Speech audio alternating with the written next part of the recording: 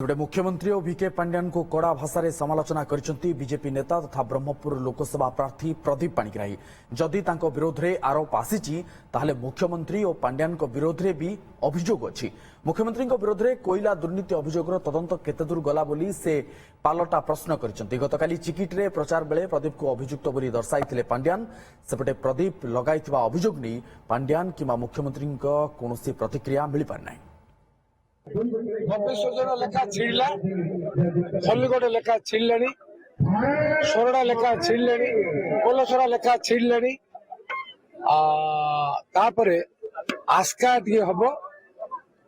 हिंजिड़ा हिंजिड़ा टे रही आमर सेपट सरला हम बीके पांड्यान किए स्टाटस कौन है असरपा गोटे जंतु कार्तिक गोटे नेता नवीना गोटे तार बस सी आमर कमेंट दो आम से चिकिटी हो ब्रह्मपुर हो कवि सूर्यनगर हो सारा ओडिशा आज आह्वान दौची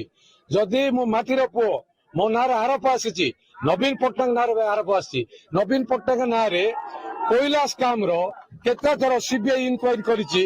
सीबीआई को जेरा करिछि कार्तिक पांड्यान कहबो ना कहि परिबो नै प्राइवेट सेक्रेटरी थिला तो तारो मो शरण रे थिबा लोक जिलापाल थिला बेले से मो ना कमेंट दउछि के नवीना पावर रे